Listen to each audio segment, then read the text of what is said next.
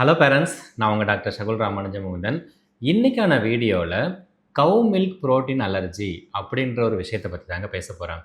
அதாவது ரீசெண்டாக நிறைய நீங்கள் கேள்விப்பட்டிருப்பீங்க. குழந்தைங்களுக்கு லூஸ் மோஷன் ஆகுது, டாக்டர்கிட்ட போனோம், கவ் மில்க் அலர்ஜியாக இருக்கும், நீங்கள் அம்மாவை பால் சாப்பிடாதீங்க, தயிர் சாப்பிடாதீங்க, மில்க் ப்ராடக்ட் எல்லாத்தையும் அவாய்ட் பண்ணிவிடுங்க அப்படின்னு சொல்லிட்டு ரொம்ப நிறைய ரெஸ்ட்ரிக்ஷன்ஸ் இருக்கும். ஸோ அப்படி நிறைய பேரண்ட்ஸும் எனக்கு பார்த்தீங்க அப்படின்னா டிஎம் பண்ணி கேட்டுறாங்க, சார் கவ் மில்க் புரோட்டீன் அலர்ஜி பற்றி டீட்டெயிலாக சொல்லுங்கள் அப்படின்னு சொல்லிட்டு. இன்றைக்கான வீடியோவில் நான் அதை பற்றி தான் சொல்ல போகிறேன். கவ் மில்க் புரோட்டீன் அலர்ஜி அப்படின்னா என்ன, அது ஏன் வருது, அதோடைய சிம்டம்ஸ் என்னென்னா, உங்கள் குழந்தைக்கு இருக்கா இல்லையான்றதை நீங்கள் எப்படி தெரிஞ்சுக்கிறது, எப்படி டயக்னோசிஸ் பண்ணுறாங்க, அண்ட் அதோடைய ட்ரீட்மெண்ட் ஆப்ஷன் என்ன. ஸோ இதை பற்றின கம்ப்ளீட் இன்ஃபர்மேஷன் இந்த வீடியோவில் டீட்டெயிலாக நான் உங்களுக்கு எக்ஸ்பிளைன் பண்ண போகிறேன். வாங்க வீடியோக்குள்ளே போகலாம்.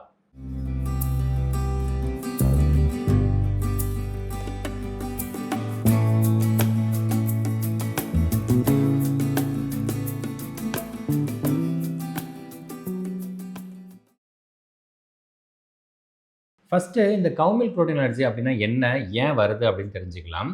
குழந்தைங்க பார்த்தீங்க அப்படின்னா அவங்களுடைய உடம்பு இந்த பசும்பாலில் இருக்கிற ப்ரோட்டீனுக்கு சென்சிட்டிவாக இருக்கும். ஸோ என்ன ஆகும்னா, குழந்தைங்க அந்த பசும்பாலை குடிக்கும்போது அதில் இருக்கிற ப்ரோட்டீன் அவங்க உடம்புக்குள்ளே போகும். அப்போ அவங்க உடம்புல இருக்கிற நோய் எதிர்ப்பு செல்கள், அந்த இம்யூன் சிஸ்டமோட செல்கள்னு சொல்லுவோம் இல்லையா, அந்த செல்ஸை அதுக்கு அகைன்ஸ்டாக ரியாக்ட் ஆகும்போது சில அறிகுறிகள் வரும். அதுதான் சிஎம்பி, அதாவது கவ் மில்க் புரோட்டீன் அலர்ஜி அப்படின்னு சொல்லுவோம். இது பார்த்தீங்கன்னா ஒரு இம்யூன் ரியாக்ஷன். அதாவது குழந்தைங்களுக்கோட உடம்புல சில குழந்தைங்களுக்கு ஜெனட்டிக்காவோ இல்லைனா சில காரணங்கள்னால அவங்க உடம்புல அந்த இம்யூன் ரியாக்ஷன் நடக்கும். அதனால தான் பர்டிகுலராக சில குழந்தைங்களுக்கு மட்டும்தான் இந்த ரியாக்ஷன் வரும். அதனால பார்த்தீங்கன்னா அவங்களுக்கு இந்த சிஎம்பிஏ இருக்குது அப்படின்னு சொல்லுவாங்க. இது பெரும்பாலும் பார்த்தீங்க அப்படின்னா ஃபார்முலா மில்க் கொடுக்குற குழந்தைங்களுக்கு இருக்கும். ஏன்னா ஃபார்முலா பவுடர் அப்படின்றது பசும்பால்லேருந்து தயாரித்தது. ஸோ அந்த பவுடரில் பசும்பாலில் இருக்கிற ப்ரோட்டீன் அப்படியே இருக்கும். அதை குழந்தைங்களுக்கு கொடுக்கும்போது அலர்ஜி ரியாக்ஷன் வரும். தாய்ப்பால் குடிக்கிற குழந்தைங்களில் ரொம்ப ரொம்ப சிலருக்கு மட்டும்தான், ரொம்ப ரேருங்க, ஆனால் சம்டைம்ஸ் வாய்ப்பு இருக்குது. ஏன்னா அம்மா பால் குடிப்பாங்க, அந்த பாலில் இருக்கிற ப்ரோட்டீன் தாய்ப்பால் மூலமாக குழந்தைக்கு போகும், குழந்தைக்கு அதனோட ரியாக்ஷன் வரும். ஸோ இது பார்த்தீங்க அப்படின்னா பிறந்த குழந்தைங்கள்லேருந்து ஒரு 6-7 மாதம் வரைக்கும் ரொம்ப காமன் அண்ட் ரொம்ப ரொம்ப இம்பார்ட்டண்ட்டான. அதே சமயம் பேரண்ட்ஸ் ஓகே ஆறுதலான ஒரு விஷயம் என்ன அப்படின்னா, இது குழந்தை வளர வளர சரியாக போயிடுங்க. அதாவது அவுட் க்ரோ ஆகிடுவாங்க. அதாவது சின்ன குழந்தைகள் இப்போ ஒரு 6 மாத குழந்தைக்கு கவ் மில்க் புரோட்டீன் அலர்ஜி இருக்குது அப்படின்னா கடைசி வரைக்கும் லைஃப் லாங்காக அந்த குழந்தைக்கு மில்கே கொடுக்க முடியாது அப்படின்னு கிடையாது. குழந்தை வளர வளர 1 வயசுலேயோ 3 வயசுலேயோ 5 வயசுலேயோ அவங்க அந்த கவ் மில்க் அலர்ஜிலேருந்து வெளியில் வந்துடுவாங்க. அதுக்கப்புறம் அவங்க பால், தயிர், எண்ணெய் எல்லாமே சாப்பிட்டுக்கலாம், ஒரு பிரச்சனையும் வராதுங்க. அடுத்ததாக இது எந்த அளவுக்கு காமன். முன்னெல்லாம் பார்த்தீங்க அப்படின்னா இந்த கவ் மில்க் புரோட்டீன் அலர்ஜி அப்படின்றது ரொம்ப ரொம்ப ரொம்ப ரேராக இருந்துச்சு. அதாவது என்னென்னா ஒரு 1000 குழந்தைங்களுக்கு ஒரு குழந்தை அந்த மாதிரி தான் இருந்துச்சு. இப்போ ரீசெண்ட் டைம்ஸில் கொஞ்சம் இன்க்ரீஸ் ஆகுது. மேபி அதை பற்றின அவேர்னஸ் வந்ததுனாலையும் அதை பற்றின டயக்னோஸ் பண்ணுற அந்த எபிலிட்டினாலே கூட சம்டைம்ஸ் அதிகமாக இருக்கலாம். ஸோ இப்போ கரண்ட்டாக பார்த்தீங்க அப்படின்னா இந்தியன் சில்ட்ரனில் 100 பேருக்கு 2 இல்லை 3 பேருக்கு கவ் மில்க் புரோட்டீன் அலர்ஜி இருக்கும். ஸோ அந்த அளவுக்கு ரொம்ப காமனும் இல்லை, ரொம்ப ரேரும் இல்லை. ஸோ 2-3% ப்ரிவலன்ஸ் இருக்குது. ஸோ 100 குழந்தைங்க எடுத்துக்கிறாங்கன்னா அவங்கள 2லேருந்து 3 குழந்தைங்களுக்கு இந்த அலர்ஜி இருக்கும். அண்ட் உங்கள் குழந்தைக்கு ஆல்ரெடி எக்ஸிமா மாதிரியான ஸ்கின் ப்ராப்ளம் இருக்குது, அட்டோபிக் டெர்மடைட்டிஸ் மாதிரியான பிரச்சனை இருக்குது அப்படின்னா கவ் மில்க் புரோட்டீன் அலர்ஜி வர்றதுக்கான வாய்ப்பு கொஞ்சம் அதிகமாக இருக்குங்க. ஓகே, ஸோ அடுத்ததாக கவ் மில்க் புரோட்டீன் அலர்ஜியோட சிம்டம்ஸ், அதாவது அறிகுறிகள் என்ன அப்படின்றது பார்க்கலாம். ஸோ இது பார்த்தீங்கன்னா ஒரு ப்ரோட்டீனுக்கு அகைன்ஸ்டாக குழந்தையோட உடம்புல வரக்கூடிய ரியாக்ஷன்னால் வருது. ஸோ ரியாக்ஷன்னு போகுது, ஒரு குறிப்பிட்ட சிஸ்டம் மட்டும் இல்லை, 2-3 சிஸ்டம் இன்வால்வ் ஆகும். ஸோ குடல், ஸ்கின்னு, லங்ஸு எல்லாமே சேர்ந்து சம்டைம்ஸஸ் இன்வால்வ் ஆகும். ஸோ குடல் சம்மந்தப்பட்டது பார்த்திங்கன்னா குழந்தைங்க வாமிட் பண்ணிக்கிட்டே இருப்பாங்க, ரொம்ப எக்ஸசிவாக அழுதுகிட்டே இருப்பாங்க, என்ன காரணமே தெரியாது, ஃபீடு கொடுத்தாலும் அழுதுகிட்டே இருப்பாங்க. சில குழந்தைங்களுக்கு ரொம்ப லூஸ் மோஷன் ஆகும் அண்ட் மோஷனில் சில சமயம் பிளட்டு வரும். சில குழந்தைங்களுக்கு அதுக்கு ஆப்போசிட்டாக கான்ஸ்டிபேஷன் கூட ஆகுங்க. அண்ட் முக்கியமாக குழந்தைங்களுக்கு வெயிட் கெயின் இருக்காது, புவர் வெயிட் கெயினாக இருக்கும், அண்டர் வெயிட்டாக இருப்பாங்க. ஸோ இதெல்லாம் குடல் சம்மந்தப்பட்ட அறிகுறிகள். அடுத்ததாக சில சமயம் ஸ்கின்லேயும் சிம்டம்ஸ் வரும். ஸ்கின்னில் ரேஷஸ் வரும், எக்ஸிமா மாதிரியான ட்ரை ஸ்கேலி ரேஷஸ் வரும். அண்ட் சில சமயம் பார்த்திங்கன்னா கொஞ்சம் சிவியர் அலர்ஜியாக இருக்குது, அதாவது ஐஜி இமிடியேட்டட் அலர்ஜின்னு சொல்லுவோம். அந்த மாதிரி சிவியர் அலர்ஜியாக இருக்கும்போது கண்ணு வீங்கிறது, உதட்டு வீங்கிறது, அந்த மாதிரி அனஃபைலாக்சிஸ் ரியாக்ஷன் கூட வர்றதுக்கு வாய்ப்பு இருக்குது. அண்ட் சில சமயம் குழந்தைகளுக்கு இந்த லூஸ் மோஷன்லாம் இருக்கும்போது பார்த்தீங்கன்னா, மோஷன் போற இடத்த சுத்தி வந்து ரேஷஸ் வரும். அது வந்து பெரியானல் எக்ஸ்கோரியேஷன் சொல்லுவோம். ஸோ இதெல்லாம் வந்து ஸ்கின்ல வரக்கூடிய அறிகுறிகள். அடுத்தது லங்ஸ். நுரையீரல் சம்மந்தப்பட்ட பிரச்சனைகள் பார்த்தீங்க அப்படின்னா, குழந்தைங்களுக்கு அடிக்கடி இருமல் வரும். சளி பிடிச்சிருந்தா அப்படியே சரியாகாம ரொம்ப நாளைக்கு இருக்கும். அண்ட் வீசிங் இருக்கும் சம்டைம்ஸ். ஸோ இதெல்லாம் இருந்துச்சு அப்படின்னா, மேபி கவ் மில்க் புரோட்டீன் அலர்ஜி இருக்கலாம் அப்படின்னு சொல்லி சஸ்பெக்ட் பண்ணுவோம். ஸோ இது வந்து பார்த்தீங்கன்னா, நான் ஆல்ரெடி சொன்ன மாரி தான் ரியாக்ஷன் அப்படின்றதுனால மல்டிபிள் சிஸ்டம் ஒரே டைம்ல இருக்கும். ஸோ ஒரு குழந்தைக்கு வந்து லூஸ் மோஷனும் இருக்கு, ஸ்கின்லயும் ரேஷ் இருக்கு, வீசிங் இருக்குன்னா, மோஸ்ட் ப்ராபப்ளி கவ் மில்க் அலர்ஜியா இருக்கும். வெறுமனே லூஸ் மோஷனோ, இல்ல வெறுமனே வாமிட்டிங் மட்டும் தான் இருக்கு குழந்தைக்கு. அண்ட் ஒரு 2 1/2 மாச குழந்தை வந்து சாயந்தரம் சும்மா 1, 2 மணி நேரம் அழுகுறாங்க கோலிக் பெயின்னால. மத்த டைம்ல கம்ஃபர்டபுளா ஜாலியா விளையாடிட்டு இருக்காங்க. வெயிட் கெயின்லாம் நல்லா இருக்கு அப்படின்னா, அது வந்து கவ் மில்க் புரோட்டீன் அலர்ஜி கிடையாது. ஏன்னா நெறைய டைம் பார்த்தீங்கன்னா, பெரும்பாலான டைம் வந்து இந்த கவ் மில்க் புரோட்டீன் அலர்ஜின்றது ஓவர் டயக்னோஸ்டு ப்ராப்ளமா இருக்கும். அதாவது குழந்தை சாதாரணமா கொலிக் பெயின்ல அழுவுவாங்க. ஒரு நாளைக்கு 1 மணி நேரம் அழுவாங்க. ஸோ ஓகே எக்ஸசிவா அழுவுறாங்க. குழந்தைக்கு கவ் மில்க் புரோட்டீன் அலர்ஜி இருக்கு. அம்மாவுக்கு வந்து இத சாப்பிடாத, அது சாப்பிடாத, ஃபார்முலாவ மாத்து, அது பண்ணு, இது பண்ணுன்னு நெறைய ரெஸ்ட்ரிக்ஷன்ஸ் இருக்கும். அண்ட் ரொம்ப இம்பார்ட்டன்ட்டா நீங்க தெரிஞ்சுக்க வேண்டிய விஷயம் என்ன அப்டின்னா, வெறுமனே குழந்தைக்கு லூஸ் மோஷன் இருக்கு, ப்ளோட்டிங் இருக்கு, கேஸ் நெறைய பாஸ் பண்றாங்க, மோஷன் போம்போது நொரையா போறாங்க அப்டின்னா, அது வந்து கவ் மில்க் புரோட்டீன் அலர்ஜியா இருக்கிறதுக்கான வாய்ப்பு கம்மி தான். லாக்டோஸ் இன்டாலரன்ஸ்ன்னு ஒரு பிரச்சனை இருக்கு. அதுதான் வந்து இந்த மாரி இருக்கும். ஸோ சம்டைம்ஸ் இந்த கவ் மில்க் அலர்ஜிக்கும், லாக்டோஸ் இன்டாலரன்ஸுக்குமே டிஃபரன்ஸ் தெரியாம கன்ஃப்யூஷன்ல வந்து ஸோ லாக்டோஸ் இன்டாலரன்ஸ் இருக்கிற பேபிக்கு வந்து கவ் மில்க் அலர்ஜி இருக்கு அப்படின்னு சொல்லி சொல்லுவாங்க. அந்த மாரி இல்ல. ஸோ அந்த லாக்டோஸ் இன்டாலரன்ஸ் அப்படின்றது கொஞ்சம் ஓல்டர் சில்ட்ரன்ல வரும். ஒரு 6, 7 மாசத்துக்கு அப்புறமா டெவலப் ஆகும்.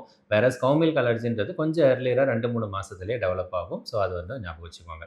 ஸோ சிம்ப்டம்ஸ் வைஸ் வந்து உங்களுக்கு இதெல்லாம் தான் தெரிஞ்சிருச்சு. ஓகே சஸ்பெக்ட் பண்றீங்க. குழந்தைக்கு கவ் மில்க் அலர்ஜி இருக்கலாம் அப்படின்னு சொல்லிட்டு. ஸோ இப்ப அதை எப்படி டயக்னோஸ் பண்றோம்? டயக்னோசிஸ் வந்து பியூர்லி கிளினிக்கல் தாங்க. அதனால தான் இது வந்து கண்டுபிடிக்கிறது கஷ்டம். ஏன்னா வந்து உங்களோட குழந்தையோட சிம்ப்டம்ஸ் எல்லாத்தையும் வச்சு ஒரு ஸ்கோர்லாம் இருக்கு. அத வச்சு நாங்க வந்து சஸ்பெக்ட் பண்ணுவோம்.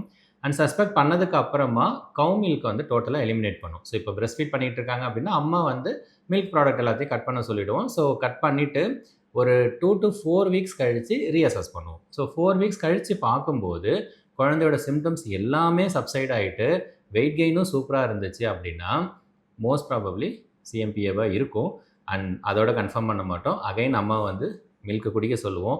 மில்க் குடிச்சதுக்கு அப்புறம் திரும்ப சிம்ப்டம்ஸ் வருது அப்படின்னா, கன்ஃபார்மா கவ் மில்க் அலர்ஜி தான். ஸோ கவ் மில்க் அலர்ஜின்னு சஸ்பெக்ட் பண்ணோம் அப்படின்னா, டயட் எலிமினேட் பண்ணணும், சிம்ப்டம்ஸ் இம்ப்ரூவ் ஆகும். திரும்ப இன்ட்ரோடியூஸ் பண்றோம், சிம்ப்டம்ஸ் வந்துரும். ஸோ அந்த மாரி ஒரு கிளாசிக்கலான ஒரு கிளினிக்கல் பிக்சர் இருக்கு அப்படின்னா, cow milk protein allergy diagnosis confirm. அவ்வளோதான்.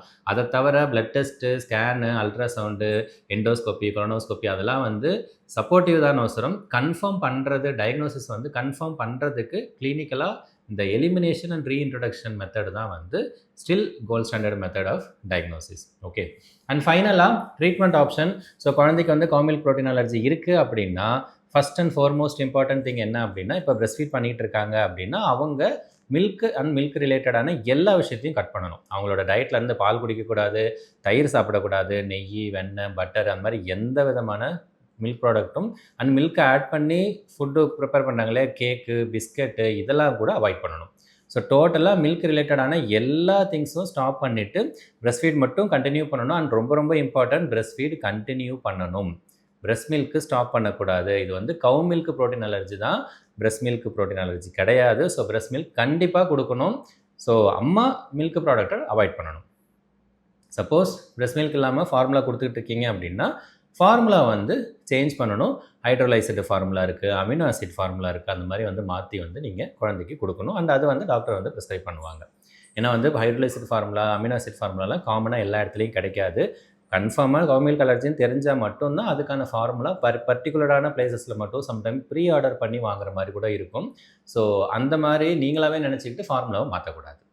அண்ட் ரொம்ப ரொம்ப இம்பார்ட்டன்ட் என்ன அப்படின்னா, கவ் மில்க் புரோட்டீன் அலர்ஜி தானே, அப்போ வந்து கோட் மில்க் கொடுக்கலாம், இல்லை வந்து பஃபலோ மில்க் கொடுக்கலாம் அப்படின்னு சொல்லி சம்டைம்ஸ் நிறைய பேர் பண்ணுவாங்க. பட் அந்த மாதிரிலாம் பண்ணக்கூடாது.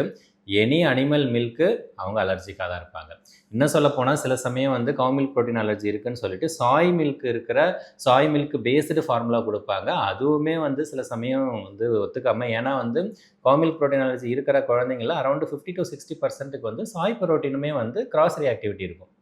ஸோ அதனால் வந்து டாக்டர் என்ன ஃபார்முலா ப்ரிஸ்கிரைப் பண்ணுறாங்களோ அதை வந்து நீங்கள் கொடுங்க. அண்ட் முடிஞ்ச வரைக்கும் தாய்ப்பால் மட்டுமே கொடுங்க. ஸோ அம்மா எல்லாத்தையும் கட் பண்ணிட்டாங்க அப்படின்னா ஆட்டோமேட்டிக்காக பிரஸ்ட் ஃபீட் பண்ணால் குழந்தைக்கு சிம்டம்ஸ் இம்ப்ரூவ் ஆகிடும்.